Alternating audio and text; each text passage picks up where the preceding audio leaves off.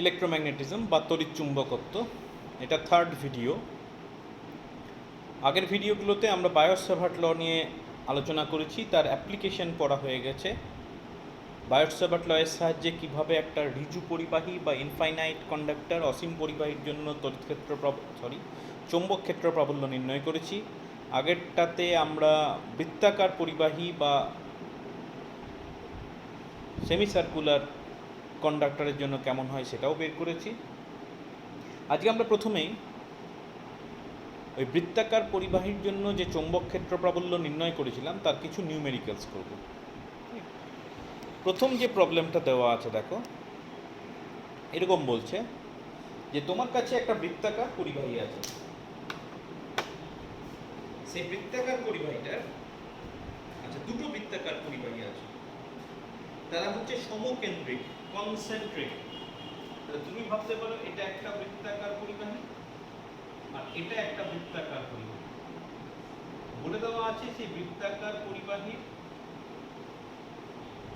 ব্যাসার্ধের অনুপাত, সাপোজ এটা R1 এটা R2, তোমার বলে দেওয়া আছে R1:R2 ইকুয়াল টু হচ্ছে 1:2। সমকেন্দ্রিক মানে দে হ্যাভ কমন সেন্টার, মানে দুটি বৃত্তেরই কেন্দ্র হচ্ছে সেম। এবার বলেছে উভয় পরিবাহীতে প্রবাহ মাত্রার অনুপাতও 1:2। তাহলে এটার মধ্য দিয়ে কারেন্ট আমি ধরে নিলাম I1 আর এটার মধ্য দিয়ে কারেন্ট ধরে নিলাম I2। তাহলে সেক্ষেত্রে I1:I2, সরি উল্টোটা হয়েছে, আমার এটা 1 করা উচিত ছিল। 1 হচ্ছে কম, 2 হচ্ছে বেশি, তাহলে সেই হিসেবে I1:I2 এটা হয়ে গেল 1:2। তোমাকে প্রশ্ন দিয়েছে কেন্দ্রে চৌম্বক ক্ষেত্র প্রাবল্যের অনুপাত কত হবে, find the ratio of magnetic field intensity at the common centre. আচ্ছা কিভাবে করব, খুব সিম্পল, সব তথ্য দেওয়া আছে। R1:R2 1:2, I1:I2 1:2। তোমাকে ফাইন্ড আউট করতে হবে B1:B2। আচ্ছা ফর্মুলা কি? ফর্মুলা হয়ে যাচ্ছে B = μ0I/2R। তাই তো, বৃত্তাকার হলে μ0I/2R, সেমি সার্কুলার অর্ধবৃত্তাকার হলে μ0I/4R। তাহলে এখান থেকে আমি বলতে পারি যে এটা μ0টা কনস্ট্যান্ট, 2টা কনস্ট্যান্ট, তাহলে B প্রপোর্শনাল টু করে থাকে I/R। তাহলে আমি লিখতে পারি B1/B2 that is equal two I1/R1, আর B2টা নিচে, তাহলে এটা হয়ে গেল I2/R2। আরেকটু সাজিয়ে লিখলে এটা হচ্ছে I1/I2 আর এটা হয়ে যাচ্ছে R2/R1। ঠিক আছে, I1/I2 মানে 1:2। আচ্ছা R2/R1 হয়ে যাবে 2:1, তাহলে এটা হয়ে যাচ্ছে 1। তার মানে আমি বলতে পারি B1:B2 এটা হয়ে যাবে 1:1। এটা খুব সিম্পল একটা অঙ্ক। তার মানে উভয় ক্ষেত্রে চৌম্বক ক্ষেত্র প্রাবল্যের মান সমান হবে। ঠিক আছে, বেশ, নেক্সট চলে যাও। নেক্সট প্রবলেম এরকম বলছে 3 সেন্টিমিটার ব্যাসার্ধের আমার কাছে একটা বৃত্তাকার লুপ আছে। ঠিক আছে, তাহলে আমি ধরে নিলাম আমার কাছে একটা সার্কুলার লুপ আছে। we have a circular loop of radius 3 centimetre. তাহলে এটা হয়ে গেল 3 সেন্টিমিটারের সার্কুলার লুপ। আমি ধরে নিলাম this is r equal to 3 centimetre. এবার বলেছে কেন্দ্র থেকে 4 সেন্টিমিটার দূরে কোন বিন্দুতে চৌম্বক ক্ষেত্র প্রবল। তাহলে এটা হচ্ছে কেন্দ্র, কেন্দ্র থেকে 4 সেন্টিমিটার দূরে, সাপোজ এটা 4 সেন্টিমিটার, কোনো একটা বিন্দুতে চৌম্বক ক্ষেত্র প্রবল হচ্ছে 54 মাইক্রো টেসলা। Micro means 10⁻⁻⁶। প্রশ্ন দিয়েছে কেন্দ্রে চৌম্বক ক্ষেত্র প্রবল কত হবে, মানে ও বিন্দুতে যদি আমি BO বলি, what is the magnetic field intensity at the centre. কিভাবে করব, দেখো এটা একটা বৃত্তাকার পরিবাহী বলেছে, প্রবাহ মাত্রা কিছু দেওয়া নেই। তোমাকে বলেছে বৃত্তাকার পরিবাহীর ব্যাসার্ধ 3 centimetre, radius 3 centimetre. The magnetic field intensity at distance 4 cm from the center of the loop is 54 micro Tesla, অর্থাৎ কেন্দ্র থেকে 4 সেন্টিমিটার দূরে চৌম্বক ক্ষেত্র প্রাবল্য দেওয়া আছে, তোমাকে কেন্দ্রে কত হবে সেটা বলতে হবে। তুমি একটু খেয়াল করে দেখো, যদি r ব্যাসার্ধের বৃত্তাকার লুপ হয় এবং x দূরত্বের বিন্দু হয়, তাহলে p বিন্দুতে কত হবে তার রাশিমালা আমার জানা আছে, আবার কেন্দ্রে কত হয় তার রাশিমালা আমার জানা আছে। দুটোকে তোমাকে কম্পেয়ার করতে হবে। দেখো আমি যেটা p বিন্দুতে বলেছি, আচ্ছা কেন্দ্রে কত হয়, কেন্দ্রে হয়ে যায় μ0I/2r।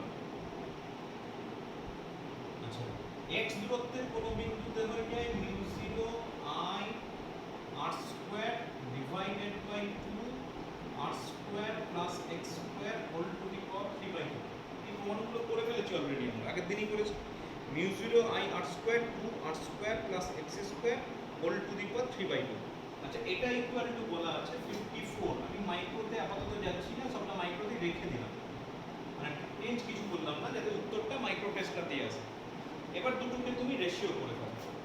তোমাকে যদি বলে 1 ডিভাইডেড বাই 2, তাহলে b0/b1 এটা পড়ে থাকছে μ0I/2r, এটা পড়ে থাকছে μ0I/r² 2r² plus x² whole to the power 3/2। তাহলে μ0I কাটবে, 2 কাটবে, তাহলে তোমার পড়ে থাকছে দেখো r² plus x² whole to the power 3/2, আর নিচে পড়ে থাকছে r3। ঠিক হলো? এখানে একটা r² ছিল, এখানে একটা r ছিল, তাহলে নিচে পড়ে থাকছে r3। ঠিক আছে? আচ্ছা এবার এক কাজ করো, তুমি মান বসিয়ে দাও। যদি মান বসিয়ে দেওয়া হয় তাহলে কি পড়ে থাকে, আমি উত্তরটাতে লিখছি। তাহলে পড়ে থাকছে b0/b1, b1 মানে হচ্ছে 54 মাইক্রো টেসলা, মান বসিয়ে দিলাম। আচ্ছা ডান দিকে পড়ে থাকছে r মানে 3, x মানে 4, তাহলে 3² plus 4² whole to the power 3/2, আর নিচে পড়ে থাকছে 3³ মানে হচ্ছে 27, তাহলে 27 আর 54 কেটে দিতে পারি।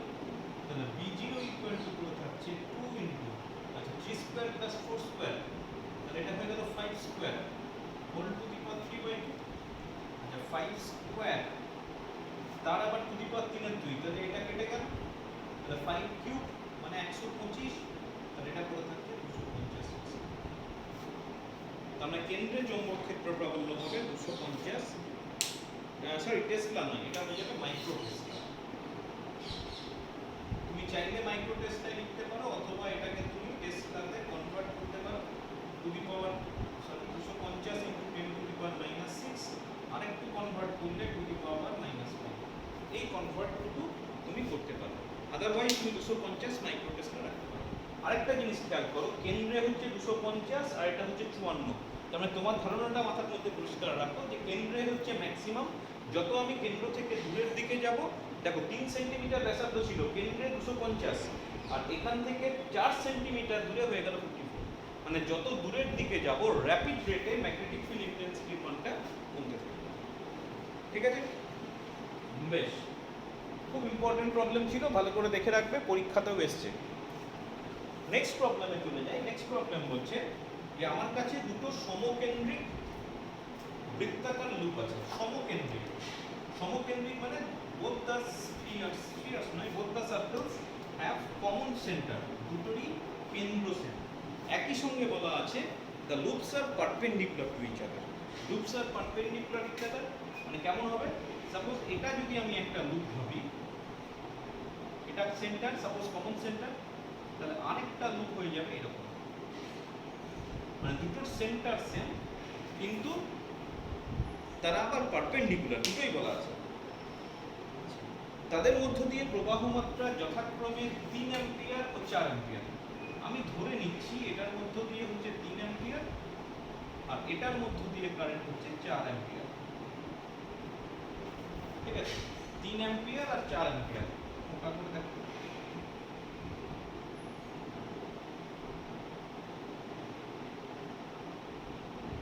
বেশ, 3 অ্যাম্পিয়ার আর 4 অ্যাম্পিয়ার। আচ্ছা, প্রতি কুণ্ডলীর ব্যাসার্ধ 2π সেন্টিমিটার, মানে radius of both the circular loops are same and is given by 2π centimetre. সেন্টিমিটারকে প্রথমেই মিটারে কনভার্ট করতে হবে, সেন্টিমিটারে কোনো অঙ্ক হবে না, তাহলে 2 পাই সেন্টিমিটারটাকে আমি মিটারে কনভার্ট করলাম। এবার বলছে কুণ্ডলীর কেন্দ্রে চৌম্বক ক্ষেত্র প্রাবল্য কত হবে? কুণ্ডলীর কেন্দ্রে চৌম্বক ক্ষেত্র প্রাবল্য কত হবে? Find out the magnetic field intensity at the centre, at the common centre. তো এখানে বলে রাখি ম্যাগনেটিক ফিল্ড বের করা এমন কিছু ব্যাপার নয়, ম্যাগনিটিউড খুব ইজিলি বের করতে পারি, সার্কুলার লুপ μ0I/2r। কিন্তু এখানে ডিরেকশনটাও ইম্পর্টেন্ট, কারণ এটার জন্য যা ডিরেকশন হবে আর এটার জন্য যা ডিরেকশন হবে দুটো কিন্তু সেম নয়। দুটোর কমন এফেক্ট বের করতে যখন বলবে তখন দুটোরই ডিরেকশন জানা দরকার, তারপর আমাকে ভেক্টর যোগ করতে হবে। তো আমি দেখো ছবি থেকে যেরকম দিয়েছি, আমি যদি এদিক থেকে অবজার্ভ করি, আমি এইটাকে বলছি সাপোজ এটা কয়েল 1 আর এটা হচ্ছে কয়েল 2। এই কয়েল 1 মানে যেটা ভার্টিক্যাল আছে, তুমি যদি এদিক থেকে অবজার্ভ করো তাহলে আমি যেভাবে কারেন্ট নিয়েছি তাহলে মনে হচ্ছে ক্লকওয়াইজ, আমার এদিক থেকে দেখলে মনে হচ্ছে ক্লকওয়াইজ কারেন্ট যাচ্ছে। আচ্ছা, ক্লকওয়াইজ কারেন্ট গেলে কোন দিকে হয়? ভেতর দিকে, মনে পড়ছে তো? এদিক থেকে যদি এক নম্বর কয়েলটাকে বা ভার্টিক্যাল কয়েলটাকে অবজার্ভ করি, if you observe the vertical coil from this direction, then it seems that the current is flowing in the clockwise direction. তাহলে ক্লকওয়াইজ ডিরেকশন হলে ম্যাগনেটিক ফিল্ড কোন দিকে হয়? ভেতর দিকে। তাহলে এক নম্বর কয়েলের জন্য যেটা ম্যাগনেটিক ফিল্ড, আমি বলতে পারি এটা এই দিকে কাজ করছে, আমি নাম দিলাম সে V1। সিমিলারলি 2 নম্বর কয়েলটা, এটা যদি এদিক থেকে অবজার্ভ করি হরাইজন্টাল কয়েলটাকে, তাহলে এটাও দেখো ক্লকওয়াইজ মনে হচ্ছে। ক্লকওয়াইজ মানে ভেতর দিকে। তাহলে সেক্ষেত্রে এটার জন্য ম্যাগনেটিক ফিল্ড হয়ে যাবে এদিকে, আমি নাম দিলাম V2। এই ছবিটা যেন পরিষ্কার থাকে, V1 and V2। R V1 R V2 এর মান বের করে ফেল। V1 মানে তুমি এইভাবে 1 আর 2 লিখে দেবে, লিখবে 1 নম্বর কুণ্ডলীর জন্য কেন্দ্রে বা ও বিন্দুতে চৌম্বক ক্ষেত্র প্রাবল্য, magnetic field intensity at O due to the first coil কি হবে? μ0 ইনটু কারেন্ট কত? ফার্স্ট কয়েল মানে ভার্টিক্যাল, কারেন্ট হচ্ছে 3 μ0I/2 আর এর মান হচ্ছে 2 পাই ইনটু 10 টু দি পাওয়ার -2। মান বসালো। আচ্ছা, μ0 এর মান বসিয়ে দাও, 4 পাই into 10 to the power -7 into 3 divided by 4 pi into 10 to the power -2। তাহলে 4 pi ক্যান্সেল আউট, তোমার পড়ে থাকছে 3 into 10 to the power -5 বেশি। একই রকম ভাবে magnetic field intensity at O due to the second coil, দ্বিতীয় কুণ্ডলীর জন্য কেন্দ্রে চৌম্বক ক্ষেত্র প্রাবল্য, এটা পড়ে থাকছে μ0 ইনটু কারেন্ট হচ্ছে 4 আর এটা হয়ে যাচ্ছে 2 into 2 pi into 10 to the power -2। তাহলে এটা পড়ে থাকছে 4 pi into 10 to the power -7 into 4 divided by 4 pi into 10 to the power -2। তাহলে 4 pi cancels out, তাহলে তোমার পড়ে থাকছে 4 into 10 to the power -5। এবার তুমি আলাদা করে একটা ছবি করে দেখাতেও পারো যে এইদিকে হচ্ছে V1 আর এইদিকে হচ্ছে V2, অথবা ওই ছবিটাও দেখিয়ে দিতে পারো। সেখান থেকে দেখাবে যে আমার যদি ওই সমান্তরিক সূত্র করি তাহলে সমান্তরিকের কর্ণ হচ্ছে এদিকে, তাহলে লব্ধি চৌম্বক ক্ষেত্র প্রাবল্য the resultant magnetic field intensity, এটা হয়ে যাবে V1 square plus V2 square. 2V1 V2 cos 90, cos 90 পার্টটা 0, আশা করছি মনে পড়ছে। a square plus b square plus 2ab cos theta, ওই ফর্মুলাটা। আচ্ছা, 3 আছে আর 4 আছে, আমার পড়ে দেখাবার দরকার আছে। 3 আর 4 তার যদি স্কয়ার করে তারপর রুট ওভার করি তাহলে 5ই আসবে। আমরা ক্লাস 10 থেকেই করে এসেছি। তাহলে ফাইনাল ম্যাগনেটিক ফিল্ড ইন্টেন্সিটি হয়ে যাবে 5 × 10 টু দি পাওয়ার -5 s। ঠিক আছে, ভালো করে দেখে রাখবে প্রবলেমটা। আচ্ছা, এরপর আমরা কিছু থিওরিটিক্যাল পার্ট দেখব। Force on a charged particle placed in a magnetic field, চৌম্বক ক্ষেত্রে রাখা আধানের উপর ক্রিয়াশীল বল। ঠিক আছে, তাহলে চৌম্বক ক্ষেত্রে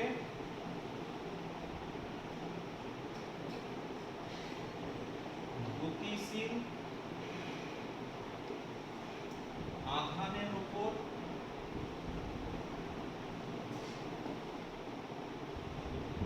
ক্রিয়াশীল বল।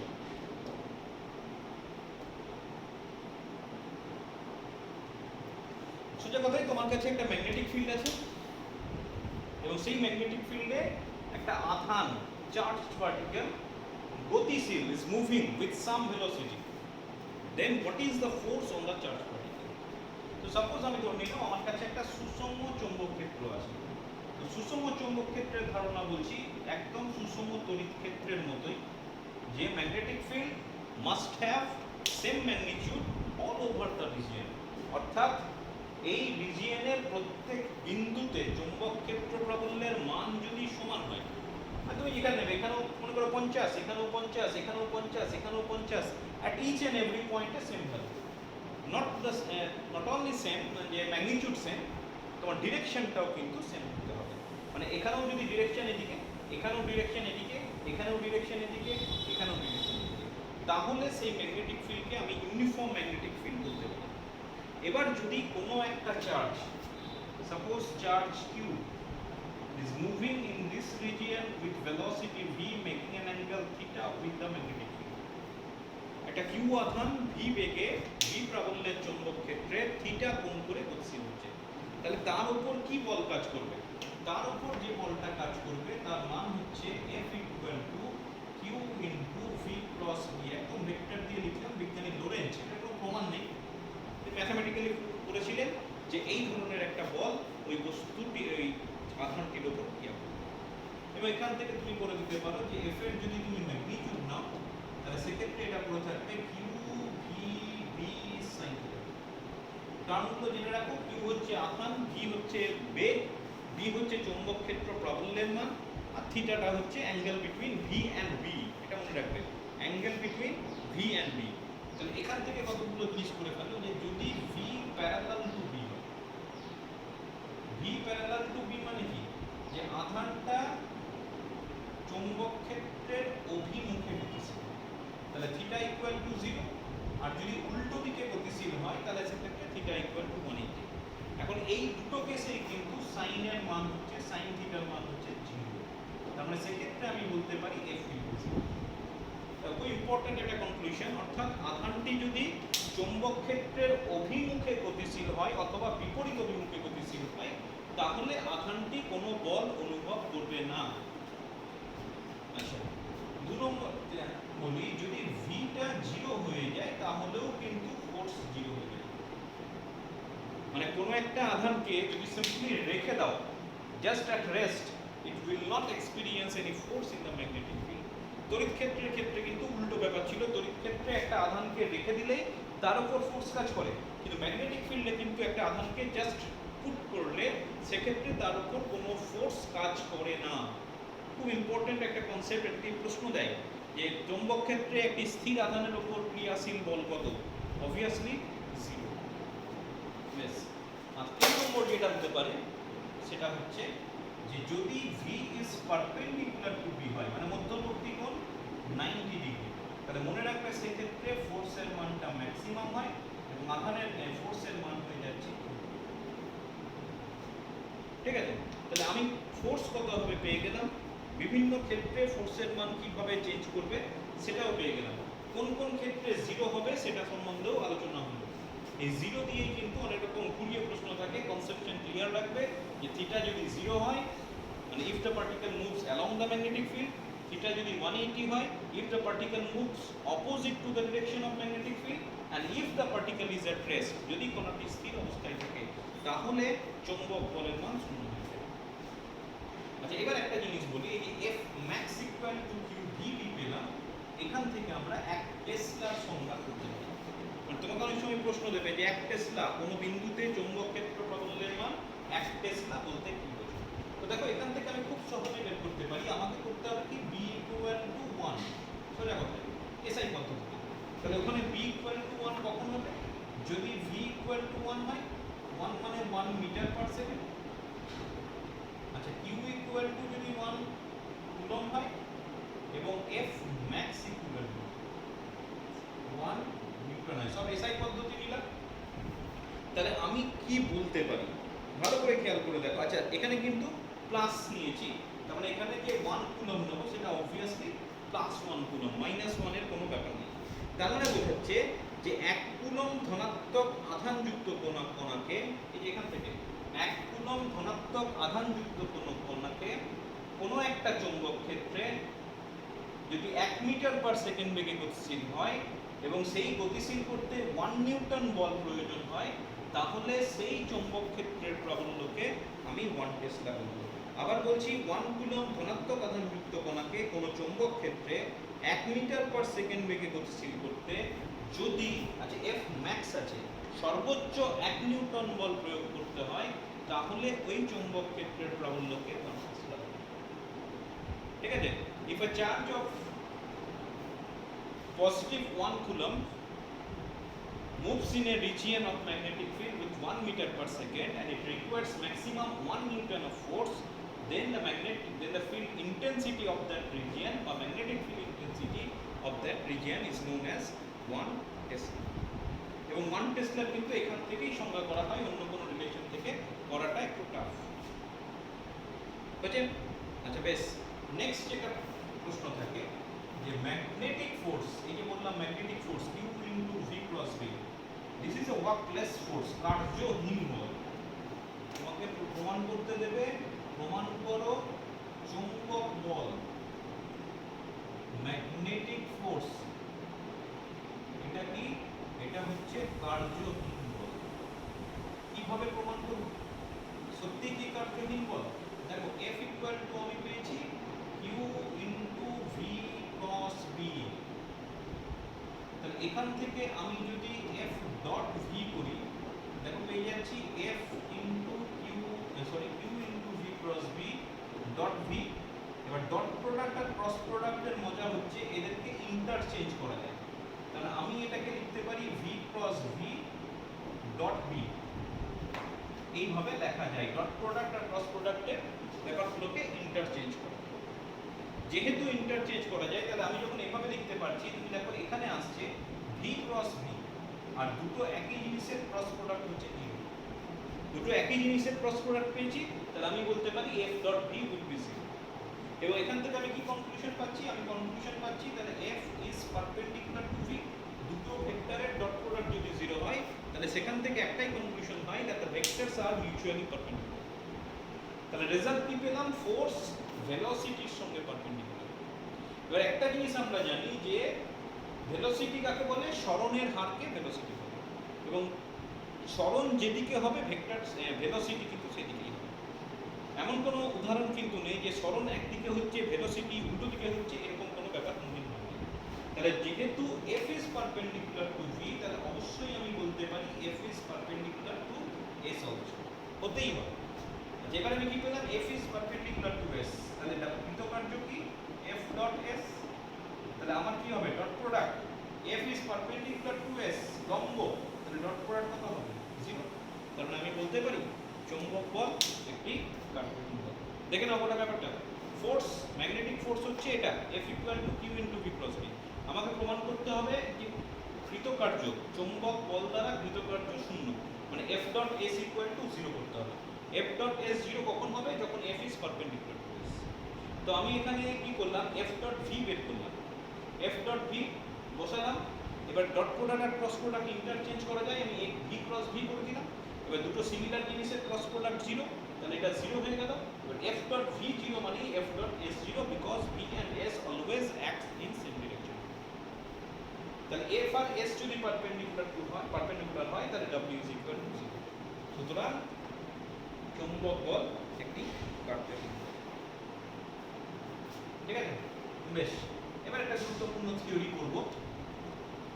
যে প্রশ্ন দিয়েছে যদি একটা চৌম্বক ক্ষেত্রে একটা কণাকে লম্বভাবে প্রক্ষেপ করা হয়, তাহলে কণাটার গতিপথ কেমন হবে? আমি ছবি এঁকে করছি। Suppose this is a uniform magnetic field. তুমি একটা কণাকে লম্বভাবে ওই চুম্বক ক্ষেত্রে প্রক্ষেপ করবে, এটা কি হবে? সোজা চলে যাবে, নাকি এদিকে বেঁকে যাবে, নাকি এদিকে বেঁকে যাবে, কিভাবে বলবে? আশা করছি প্রশ্ন বোঝা গেছে যে সুষম চুম্বক ক্ষেত্রে একটি আহিত কণাকে লম্বভাবে যদি প্রক্ষেপ করা হয়, তাহলে কণাটির গতিপথ কেমন হবে? তো প্রথমেই আমি উত্তর বলে দিচ্ছি কণাটির গতিপথ হবে বৃত্তাকার। মানে এভাবে যদি তুমি প্রবেশ করাও, তাহলে দেখা যাবে কণাটা এরকম একটা বৃত্তাকার পথ। তুমি বলে কেন বৃত্তাকার পথে ঘুরবে, কেন, কি করে বলছেন? তো বলে রাখি আমি এখানে যেটা পেয়েছি যে f is perpendicular to s, বা আমি পেয়েছি f is perpendicular to v, অথবা আমি পেয়েছি এটা হচ্ছে কার্যহীন বল। এবং এই যে কনক্লুশন গুলো পেয়েছি তুমি দেখে নাও, এই কনক্লুশন গুলো শুধুমাত্র সার্কুলার মোশনের ক্ষেত্রেই প্রযোজ্য। মনে করে দেখো, একটা কণা বৃত্তাকার পথে গতিশীল, কণাটার উপর বল কোন দিকে কাজ করবে? কণাটার উপর বল সবসময় কেন্দ্র বরাবর কাজ করবে। আর বেগ কোন দিকে কাজ করবে? যদি অ্যান্টি ক্লকওয়াইজ হয় তাহলে বেগ সবসময় স্পর্শক বরাবর। তাহলে তুমি দেখো এটা f, এটা v, মধ্যবর্তী কোণ কত? 50। আর একটা কণা বৃত্তাকার পথে ঘুরলে কার্যহীন বল হয়, এটা ক্লাস 9 এ আলোচনা করেছো যে পৃথিবী সূর্যের চারদিকে বৃত্তাকার পথে ঘুরছে, দেখাও পৃথিবী দ্বারা কৃত কার্য শূন্য। তার মানে আমি এই সব ব্যাপারগুলো থেকে অবশ্যই কনক্লুশন করতে পারি যে কণাটাকে যদি লম্বভাবে প্রক্ষেপ করা হয় তাহলে সেটা বৃত্তাকার পথেই ঘুরবে, আর কোনো পথে ঘুরবে না। তাহলে স্বভাবতই প্রশ্ন আসছে, আবার প্রশ্ন আসবে, এই যে বৃত্তাকার পথে ঘুরবে, কত বড় বৃত্তাকার পথ হবে, তার ব্যাসার্ধ কেমন হবে, একবার ঘুরতে কত সময় লাগবে, তাই না? এই প্রশ্নগুলো চলে আসছে। অবভিয়াসলি সেটা ম্যাগনেটিক ফিল্ডের উপর ডিপেন্ড করবে, কণার ভরের উপর ডিপেন্ড করবে, কণাটা কত বেগে ছুটছো তার উপর নির্ভর করবে, এমনকি কণাটার আধানের উপর ডিপেন্ড করবে। তাহলে কিভাবে জিনিসটাকে আমি নির্ণয় করব? তাহলে আমি প্রথমত যে সিদ্ধান্ত করতে পারলাম যে কণাটিকে যদি লম্বভাবে প্রক্ষেপ করা হয় তাহলে কণাটি বৃত্তাকার পথে আবর্তন করবে। It will rotate in a circular path, আবর্তন করবে। সেটা পেলাম। তো নেক্সট প্রশ্ন, ওই যে বৃত্তাকার পথে আবর্তন করবে তার ব্যাসার্ধ কত হবে? Find the radius of the circular path in which the particle will rotate in the uniform magnetic field. কিভাবে বের করব? আচ্ছা, বৃত্তাকার পথে ঘুরবে, তার ব্যাসার্ধ স্মল আর, এই হলো আর। আচ্ছা, এই ক্ষেত্রে কণাটা, এই যে কণাটা আছে মনে করো, কণাটার উপর ফোর্স কাজ করবে। কি কি ফোর্স কাজ করবে? তাহলে কণাটার উপর যে ফোর্স কাজ করবে, ম্যাগনেটিক ফোর্স, সেটা হয়ে যাচ্ছে কিউ ভিবি, সাইন থিটা থাকছে না, সাইন 90। দেখিয়ে দিতে পারো, দিস ইজ সাইন 90, কারণ লম্বভাবে প্রক্ষেপ করা হচ্ছে। তাহলে কণাটার উপর ক্রিয়াশীল, এটা হচ্ছে চৌম্বক বল। আর কি বল কাজ করবে? একটা বলে তো আর তোমার ব্যালেন্স হবে না, সাম্যাবস্থা আসবে না। তাহলে আর কি ফোর্স কাজ করবে? বৃত্তাকার পথে ঘোরার জন্য একটা অভিকেন্দ্র বল বা অপকেন্দ্র বলের দরকার হয়। তাহলে আমার যেহেতু আর কোনো ফোর্স নেই, আমি কনক্লুশন করতে পারি the magnetic force will provide the centripetal force required to rotate in circular path। অর্থাৎ এই মহাকর্ষ নয়, চৌম্বক বল কণাটিকে বৃত্তপথে আবর্তনের প্রয়োজনীয় অভিকেন্দ্র বল সরবরাহ করবে, এভাবেই বলা হয়। তাহলে আমি এখানে বলতে পারি Fm must be equal to Fc, centripetal force। তাহলে এটা পড়ে থাকছে QVB, আর এটা mv স্কয়ার বাই r, আশা করছি মনে আছে। vv ক্যান্সেলস আউট, তাহলে আমার এখানে পড়ে থাকছে mv বাই। 2 নম্বর দেবেন এই রেডিয়াস টু বার করে দেবেন, বা এটার উপর প্রচুর অঙ্ক হয়। তাহলে কার কার উপর ডিপেন্ড করছে? মাসের উপর ডিপেন্ড করছে, ভেলোসিটির উপর ডিপেন্ড করছে, চার্জের উপর ডিপেন্ড করছে, ম্যাগনেটিক ফিল্ড ইন্টেন্সিটির উপর ডিপেন্ড করছে। আচ্ছা, নেক্সট প্রশ্ন, কত সময় লাগবে একবার আবর্তন করতে, কত সময় লাগবে? Find the time period of the circular. তো টাইম পিরিয়ড বের করা যাবে না? বের করার কিছু নেই। আমি যদি টাইম পিরিয়ড বের করতে চাই, t ইকুয়াল টু কত হবে? t equal to total distance by velocity. এই যে v equal to s by t, তাহলে t ইকুয়াল টু কি করে থাকবে? s by v। ভেলোসিটি তো আমার দেওয়াই আছে। আচ্ছা, s, এখানে s কত হবে? আমি চাইছি 1 কমপ্লিট রিভলিউশন। তাহলে 1 কমপ্লিট রিভলিউশন হলে লিনিয়ার যে ডিসটেন্স সেটা কত হবে? 2 পাই r।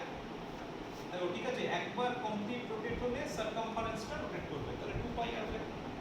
এবার 2 পাই r, 2 পাই বাই v করলাম, r এর মানটা এখান থেকে বসিয়ে দিলাম। তাহলে এটা পড়ে থাকছে mv by 2v, vv cancels out, তাহলে এটা পড়ে থাকছে 2 pi m by 2. This is the time period of the charged particle rotating in circle. Okay. Next you will have to find out frequency, এখান থেকে তুমি ফ্রিকোয়েন্সি বের করে দিতে পারো, কম্পাঙ্ক n equal to 1/t plus 9 করে আসছো, এটাকে এটা হয়ে যাচ্ছে qb/2πn। এই সবগুলো তোমাকে বের করতে দিতে পারে, ডিরাইভ করতে বলতে পারে। আচ্ছা, এই যে ফ্রিকোয়েন্সিটা পেলাম এটাকে বলা হয় সাইক্লোট্রন ফ্রিকোয়েন্সি। তবে প্রশ্ন হতে পারে what is cyclotron frequency and obtain a relation for it. অর্থাৎ সাইক্লোট্রন কম্পাঙ্ক কাকে বলে, তুমি এর রাশিমালা নির্ণয় করো। রাশিমালা বের করতে গেলে প্রকারটা করতে হবে। আচ্ছা, সাইক্লোট্রন কম্পাঙ্ক কাকে বলে তোমাকে যদি বলে, তাহলে বলতে হবে যে এটা আহিত কণাকে যদি চৌম্বক ক্ষেত্রে লম্বভাবে প্রক্ষেপ করা হয়, তাহলে কণাটি চৌম্বক ক্ষেত্রকে অক্ষ করে বৃত্তাকার পথে আবর্তন করে, এবং সেই বৃত্তাকার পথে আবর্তনের কম্পাঙ্ককে সাইক্লোট্রন। আবার বলছি, কোনো আহিত কণাকে কোনো চৌম্বক ক্ষেত্রে যদি লম্বভাবে প্রক্ষেপ করা হয়, তাহলে কণাটি সেই চৌম্বক ক্ষেত্রে বৃত্তাকার পথে আবর্তন করে, সেই আবর্তনের কম্পাঙ্ককে cyclotron. If a charged particle is projected normally in a magnetic field, it rotates in a circular path and the frequency of that circular rotation is known as cyclic frequency.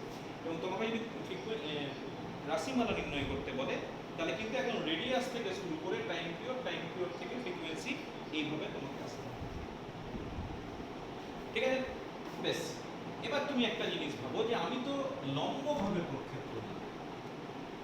যদি আমি লম্বভাবে প্রক্ষেপ না করি, যদি আমি মেকিং এর সাম angle একটা নির্দিষ্ট কোণ করে ছুড়ে দিই, তাহলেও কি বৃত্তাকার পথে ঘুরবে নাকি অন্যান্য কোন রকমের পথ হবে, সেটা তুমি অ্যানালিসিস করে বলো। প্রশ্ন নিশ্চয়ই বোঝা গেছে যে সাপোজ ম্যাগনেটিক ফিল্ড অ্যাক্টস, এটা 3 ডাইমেনশনাল ব্যাপার হয়। তো আমি ধরে নিলাম জেড ডিরেকশনে বা জেড অ্যাক্সিসের দিকে একটা ম্যাগনেটিক ফিল্ড কাজ করছে, রাইট? তুমি কি করলে, just throw a charge particle making an angle making an angle theta with the magnetic. তুমি কোনো একটা আহিত কণাকে ভি বেগে চৌম্বক ক্ষেত্রের সহিত থিটা কোণে প্রক্ষেপ করে দিলে। তোমাকে প্রশ্ন দিয়েছে কণাটির গতিপথ কেমন হবে, কণাটির গতিপথ কেমন হবে। এখানে কিন্তু লম্বভাবে প্রক্ষেপ করেনি, it is projected with some angle theta. কিভাবে জিনিসটাকে নিয়ে, এটা হচ্ছে তোমার প্রশ্ন। আচ্ছা, কিভাবে করব? তো ফার্স্ট অফ অল তুমি ভিটাকে দুটো কম্পোনেন্টে ভেঙে দাও। এই কম্পোনেন্টটা হয়ে যাচ্ছে ভি সাইন থিটা, আর অবভিয়াসলি এই বরাবর যে কম্পোনেন্টটা থাকবে সেটা হয়ে যাচ্ছে ভি কস থিটা। এবার এই দুটো কম্পোনেন্টের এফেক্ট তুমি আলাদা আলাদা ভাবে ক্যালকুলেট করো। দেখো, যদি তুমি ভি কস থিটার এফেক্টটা নিতে চাও, তুমি দেখো V cos theta is parallel to B. আপত্তি নেই নিশ্চয়ই? এই যে বিটা এদিকে কাজ করছে magnetic field, and V cos থিটাটাও এদিকে কাজ করছে, তাহলে V cos theta is parallel to B. তাহলে প্যারালাল টু বি হলে resultant force due to V cos theta component is 0। তার মানে ভি কস থিটা কম্পোনেন্টের জন্য কণাটা কোনো বল অনুভব করে না। ঠিক? তাহলে কণাটা যদি বল অনুভব না করে, তাহলে ভি কস থিটার জন্য কণাটা এই বরাবর গতিশীল হতে চাইবে। তাহলে কণাটা কোন দিকে যেতে চাইবে? তাহলে কণার গতি, সেক্ষেত্রে কণার গতি কোন দিকে হবে? যেদিকে ভি কস থিটাটা ধরছি, তাহলে কণার গতিটা হতে চাইবে অ্যালং জেড অ্যাক্সিস। ঠিক? আর যখন আমি ভি সাইন থিটা কম্পোনেন্টটা আলোচনা করছি, তুমি দেখো V sine theta is perpendicular to, তাহলে তার উপর একটা ফোর্স কাজ করবে, এবং যখন পারপেন্ডিকুলার টু বি হবে, কণার গতিটা কেমন হবে? কণার গতিটা হয়ে যাবে বৃত্তাকার। একটু আগে আলোচনা করলাম, যদি লম্বভাবে প্রক্ষেপ করি তাহলে বৃত্তাকার, আর যদি সোজা along the direction of magnetic field করি তাহলে সেটা হয়ে যাবে straight line, because the force is 0। তুমি নিউটনস ল দিয়ে ভাবতে পারো যে external force is 0, so particle will tend to move along the direction of magnetic field. তাহলে অ্যাকচুয়ালি কোন দিকে যাবে? এ cos থিটা কম্পোনেন্ট চাইছে এটাকে জেড অ্যাক্সিসের দিকে মুভ করতে, আর sin থিটা কম্পোনেন্ট চাইছে এটাকে বৃত্তাকার পথে ঘোরাতে। তাহলে কণাটার উপর দুটো একই সঙ্গে কাজ করবে। তাহলে কণাটা কোন দিকে যাবে? কণাটা বৃত্তাকার পথেও যেতে চাইবে, আবার জেড অ্যাক্সিসের দিকেও যেতে চাইবে। ওভারঅল দেখা যাবে কণাটা এরকম একটা মানে বৃত্তাকার পথেও ঘুরছে, এই যে বৃত্তাকার পথেও ঘুরছে, ঘুরতে ঘুরতে ভি কস থিটা কম্পোনেন্টের জন্য জেড অ্যাক্সিসের দিকে এল থাকবে এবং এই পথটাকে বলা হয় সর্পিলাকার পথ বা স্পাইরাল পথ। বুঝে গেল? তাহলে সেক্ষেত্রে কণাটির গতি হবে সর্পিলাকার পথের গতি বা কুণ্ডলিত পথের গতি, অথবা the particle will move in a spiral path। আচ্ছা, এই স্পাইরাল পাথের জন্য একই রকম ভাবে তুমি রেডিয়াস, টাইম পিরিয়ড, ফ্রিকোয়েন্সি সবগুলো বের করে দিতে পারো। ঠিক আছে? তাহলে সার্কুলার পাথে কার জন্য মুভ করছে? সার্কুলার পাথে মুভ করছে ভি সাইন থিটার জন্য, তাই না? তাহলে এখানে যদি আমি ব্যাসার্ধের রাশিমালা বের করতে চাই, ব্যাসার্ধ মানে সার্কুলার পথ, তাহলে এখানে আমি ভি এর জায়গায় কি করব? ভি এর জায়গায় ভি সাইন থিটা, বা আমি যদি এটাকে একটু সাইন দিয়ে দিই, সাপোজ এটাকে আমি বললাম ভি সাইন থিটা, যেটা বলছি সেটাকে আমি বললাম ভি পারপেন্ডিকুলার, আর ভি কস থিটা যেটা বললাম সেটাকে বললাম ভি প্যারালাল, রাইট? এবার দেখো তুমি একই রকম ভাবে ইকুয়েশন অফ মোশন বের করতে পারবে। কিভাবে? কি ছিল? The magnetic force equal to ছিল সেন্ট্রিপিটাল ফোর্স। তাহলে এখানে ম্যাগনেটিক ফোর্স কত হবে? M V perpendicular square by R, আর এখানে কি ছিল? সেন্ট্রিপিটাল ফোর্স, সরি উল্টো লিখে ফেললাম, এটা এফসি, এটা এফএম করে দিলাম, তাহলে এটা হয়ে যাবে কিউ ভি বি, ভি এর জায়গায় লিখলাম ভি পারপেন্ডিকুলার। তাহলে এখান থেকে যদি আমি আর বের করি, দেখো আর ইকুয়াল টু থাকছে M V perpendicular by Q B. এবার ভি পারপেন্ডিকুলারের মান বসিয়ে দাও, তাহলে আর এর মান হয়ে যাবে M V sine theta by Q B. আশা করছি বোঝা গেছে, না বোঝার কিছু নেই। তাহলে রেডিয়াসের এক্সপ্রেশন হয়ে গেল M V sine theta by Q B. তুমি আগের যে এক্সপ্রেশন পেয়েছিলে সেটার সঙ্গেও যদি কম্পেয়ার করতে চাও, জাস্ট ভি এর জায়গায় ভি সাইন থিটা পুট করবে, আর কিছু করবে না। বুঝছেন? বেশ, এবার যদি তুমি টাইম পিরিয়ড করতে চাও, টাইম পিরিয়ড ইকুয়াল টু কি? 2 pi R by V perpendicular. But time period কার জন্য? সার্কুলার পথে মোশনের জন্য। তাহলে সার্কুলার পথের ভেলোসিটি কিনা এটা পড়ে থাকছে 2 পাই ভি পারপেন্ডিকুলার মানে ভি সাইন থিটা ইনটু, এটা হয়ে যাচ্ছে আর এর মান হয়ে যাচ্ছে M V sine theta by Q B. V sine theta কেটে যাচ্ছে, তাহলে দেখো পড়ে থাকছে 2 পাই এম। তাহলে এম যেটা সাইক্লোট্রন ফ্রিকোয়েন্সি বলছিলাম, সেটাও যদি এখান থেকে করি তাহলে এটা হয়ে যাচ্ছে 2 পাই। তুমি খেয়াল করে দেখো, time period of frequency does not change, it remains unchange. আগের ক্ষেত্রেও যা ছিল এক্ষেত্রেও তাই ছিল। তার কারণ হচ্ছে এখানে কোনো ভি এর টার্ম নেই, ওখানে তো ভিটাকে আমি ভেঙেছি। Time period of frequency does not depend on the velocity of the particle. আচ্ছা, একটা জিনিস, এটাকেও কিন্তু সেই সাইক্লোট্রন ফ্রিকোয়েন্সি বলবো। এখন প্রশ্ন হচ্ছে কেন সাইক্লোট্রন এই ধরনের নাম কেন দেওয়া হলো? তার কারণ হচ্ছে সাইক্লোট্রন হচ্ছে একটা বিশেষ যন্ত্র, যে যন্ত্রটা কোনো একটা চার্জ পার্টিকেলকে অ্যাক্সেলারেট করতে কাজে লাগে। ঠিক আছে? সাইক্লোট্রন হচ্ছে একটা যন্ত্র যেটা কোনো চার্জ পার্টিকেলকে অ্যাক্সেলারেট করতে কাজে লাগে। It is used to accelerate any charge particle. এবার ওখানে যে থিওরি ব্যবহার করা হয়, মানে সাইক্লোট্রনের কার্যনীতি যখন আমরা করব, দেখব ঠিক এই ধরনের নীতি আমরা ব্যবহার করছি। মানে পার্টিকেলটা এই ধরনের যে গতির কথা আলোচনা করেছি, সেই জিনিসটা ওইখানে ব্যবহার করা হয়। বৃত্তাকার পথে অ্যাকচুয়ালি এটা নেওয়া হয় না, আগেরটাই বলেছিলাম, বৃত্তাকার পথে একটা চৌম্বক ক্ষেত্রে একটা কণাকে লম্বভাবে প্রক্ষেপ করা হবে, তারপর কণাটা ঘুরবে, তারপর ডিটেলসটা যখন যন্ত্রটা পড়বো তখন করবো।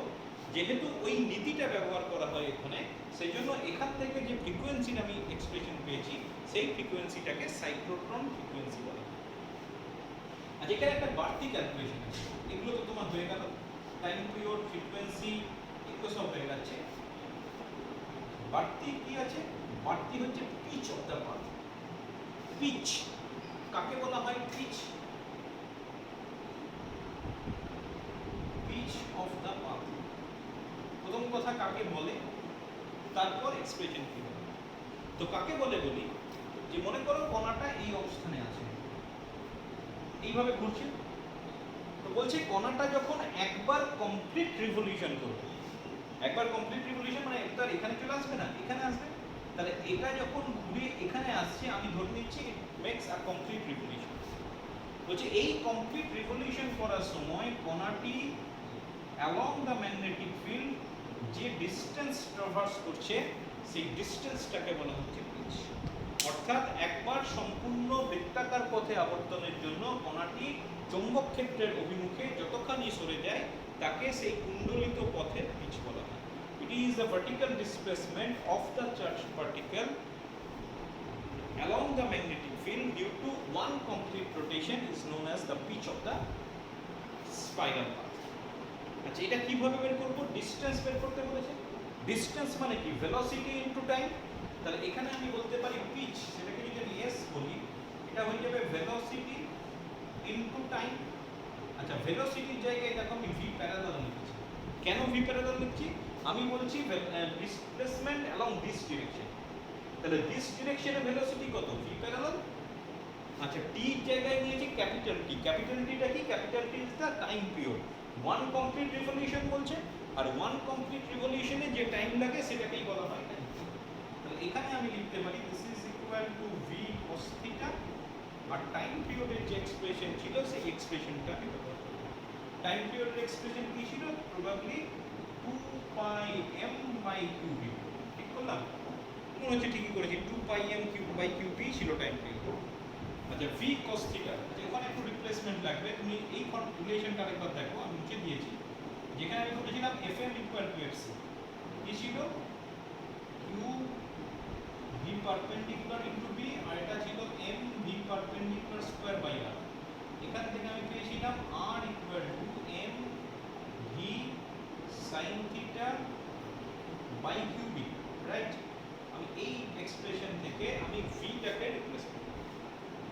আচ্ছা, v টাকে যদি আমি রিপ্লেস করি, দেখো v ইকুয়াল টু করে থাকছে qbr by m sin theta, right? এখানে v এর মানটা বসে দাও, তাহলে qbr by m sin theta. এখানে পড়ে আছে cos থিটা, এখানে পড়ে আছে 2 পাই m, এখানে qb। তাহলে m m cancels out, qb qb cancels out, আর কিছু ক্যান্সেল আউট হচ্ছে না। এটা পুরো থাকছে 2 পাই r cos theta by sin theta, obviously that is equal to 1. So this is the expression of pitch of the spiral. ঠিক আছে? তাহলে পিচটার কত, স্পাইরাল পাথটার কত পিচ হবে সে সম্পর্কেও আমার আলোচনা হয়ে গেল। ঠিক আছে? নেক্সট চলে যাও লোরেঞ্জ ফোর্স। আচ্ছা, লোরেঞ্জ ফোর্স কাকে বলে? লোরেঞ্জ ফোর্স, বিজ্ঞানী লোরেঞ্জ, কিন্তু কোনো ম্যাথামেটিক্যাল প্রুফ বলতে পারে, উনি গণনা করে বের করেছিলেন এবং দেখা গেছে ঠিকঠাক। উনি বললেন যদি একই সঙ্গে একটা ইলেকট্রিক ফিল্ড আর ম্যাগনেটিক ফিল্ড আমি রেখে দিই, suppose there exist an electric field as well as magnetic field in a particular region and a particle of charge q is placed there with some velocity, suppose কোনো একটা অঞ্চলে তড়িৎ ক্ষেত্রও আছে, magnetic চৌম্বক ক্ষেত্রও আছে, এবং সেই মিশ্র রিজিয়নে আমি একটা আধানকে কোনো একটা বেগে, সাপোজ উইথ সাম ভেলোসিটি, ছুঁড়ে দিলাম, তাহলে সেক্ষেত্রে কত ফোর্স হবে? তো বিজ্ঞানী লোরেঞ্জ বলে দিলেন সে কণাটার উপর ফোর্স হয়ে যাবে, ইলেকট্রিক ফিল্ডের জন্য একটা ফোর্স থাকবে আর ম্যাগনেটিক ফিল্ডের জন্য একটা ফোর্স থাকবে। ইলেকট্রিক ফিল্ডের জন্য ফোর্স কত হবে? q ইনটু e যেমন ছিল, আর এটার জন্য হয়ে যাবে q into v plus e। আর এটাকে আমি লিখতে পারি q যদি কমন নিই e plus v plus e। এই গোটাটাকে একসঙ্গে বলা হয় লোরেঞ্জ ফর্মুলা। অবভিয়াসলি এটাকে বলা হয় force due to electric field, আর এটা হচ্ছে force due to magnetic field. মানে চৌম্বক বলের জন্য ক্রিয়াশীল বল আর তড়িৎ ক্ষেত্রের জন্য ক্রিয়াশীল বল। ঠিক আছে? আচ্ছা, এখান থেকে প্রশ্ন দেয় যে কখন এই f এর মান ম্যাক্সিমাম হবে? when this f will be maximum? খুব সিম্পল, যদি এই দুটো বল একই অভিমুখে কাজ করে, তাই না? তাহলে f এর মান ম্যাক্সিমাম কখন হবে? f এর মান ম্যাক্সিমাম হবে যখন fe and fm act along same direction।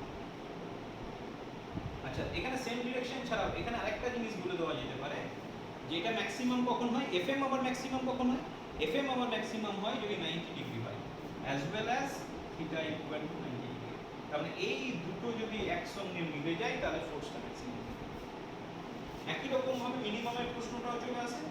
মিনিমামের জন্য তখন আমাকে বলতে হবে যদি এফই আর এফএম এরা যদি অপোজিট ডিরেকশন কাজ করে, শুধু এইটুকু করলেই হয়, তখন ওক্ষেত্রে আর ডিরেকশন দেখার দরকার নেই, ম্যাক্সিমাম থাকলেই ভালো। তাহলে সেক্ষেত্রে এফই আর এফএম যদি অপোজিট দিকে কাজ করে তাহলে সেক্ষেত্রে এফ এর মান মিনিমাম আর ম্যাক্সিমাম হয়ে যাবে when they act along similar direction। ঠিক আছে, বেশ ছোট্ট। আচ্ছা, এখানে আমি মোটামুটি আজকের ভিডিওটা শেষ করছি। ভালো করে পড়বে, গোটাটাই থিওরিটিক্যাল পার্ট আছে প্রচুর। এই চ্যাপ্টারগুলো খুব ভালো করে খেয়াল করে দেখবে, ম্যাথামেটিক্যাল পার্ট খুব কম, বরং থিওরিটিক্যাল পার্ট বেশি। আর থিওরিটিক্যাল পার্ট থেকে কিন্তু ভালো রকমের থিওরি তোমার মনে ধরে নাও যে একটা ডেরিভেশন দেবেই এরকম ধরে নাও।